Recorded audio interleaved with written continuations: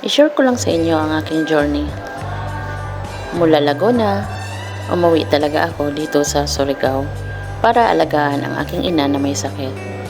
Ngayon ko lang napagtanto na napakahirap pala ang pagiging isang ina na noon ako ay pinalitan niya ng diaper tuwing ako ay nagpopopo at ngayon ay baliktad na. Habang nagpapalit ako sa kanya ng diaper, binabangon ko siya, sabi ko sa aking sarili, ganito ako inalagaan ng aking nanay noon nung ako'y bata pa. Kaya dapat lang alagaan mo din siya sa kanyang pagtanda. Habang pinapakain ko siya, naiisip ko talaga nung ako'y bata pa, siguro ganito din ako, ganito din ang aking nanay.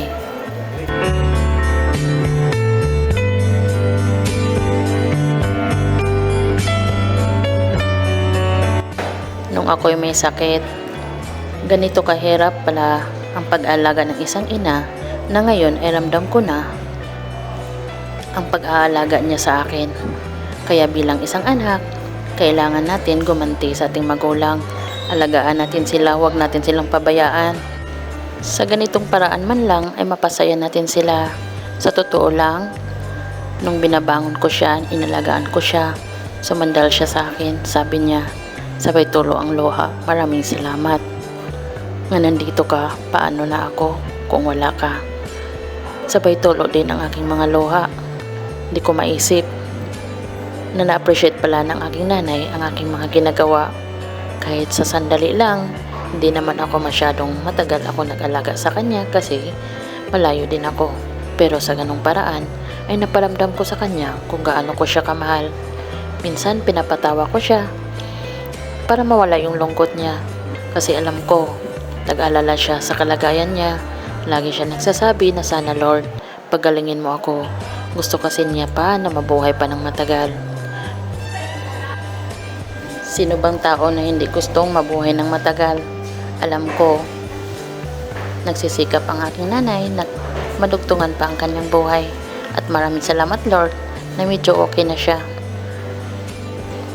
Kaya ako naman sinisikap ko din na sana gumaling na siyang tuluyan. Na sana bumalik na ang kanyang sigla. Habang sinusuklay-suklay ko siya sa aking mga kamay, gusto ko kasi siyang patawanin. Kaya pinatawa ko siya dyan. Sabi ko, maganda ka pero mas maganda ako. Yun lang, ginujoke ko ang aking nanay.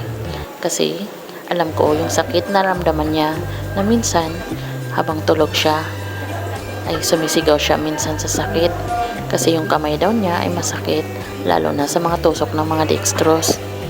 Ramdam ko ang sakit pero wala akong magawa kundi kakausapin siya at bigyan ng lakas na loob para lumaban sa buhay. Lagi niyang inaalala ang aking papa. Alam ko kung gaano kamahal ng aking nanay ang aking tatay. Ganon sila nagmahalan. Kaya masabi ko na may forever silang dalawa. Kahit pagtanda nila, kahit magkasama pa rin sila. Dumating man sa buhay nila ang pagsubok, nagkahiwalay sila na matagal na panahon. Pero kung ang destiny na ang magsabi na kayo talaga ang para sa isa't isa, ay talagang kayo talaga. Sana ma-inspired ko kayo na ang pag-aruga sa ating magulang ay malaking bagay yan sa kanila at malaking tuwa yan nila kung naaalagaan natin sila. Lagi nating tandaan na wala tayo dito sa mundo kung wala sila. Kung kayo man ay may hinanakit sa inyong mga magulang, kung may mali man ang inyong magulang, huwag kayong magtanim ng sama ng loob. Hindi po yan maganda. Kaya lagi niyong isipin, lagi niyong tandaan. Kaya kayo nandito sa mundo nang dahil sa kanila. Kaya masarap mabuhay kung wala tayong hinanakit sa ating kapwa, lalo na sa ating magulang. Kaya love your parents. Ika nga. Yun lang masasabi ko sa inyo na sana maging inspiration ito sa inyo na ang pagiging isang anak ay kailangan maging mabait ka sa magulang mo at sana huwag mong kalimutan sila sa kanilang pagtanda na sana huwag mo silang pabayaan.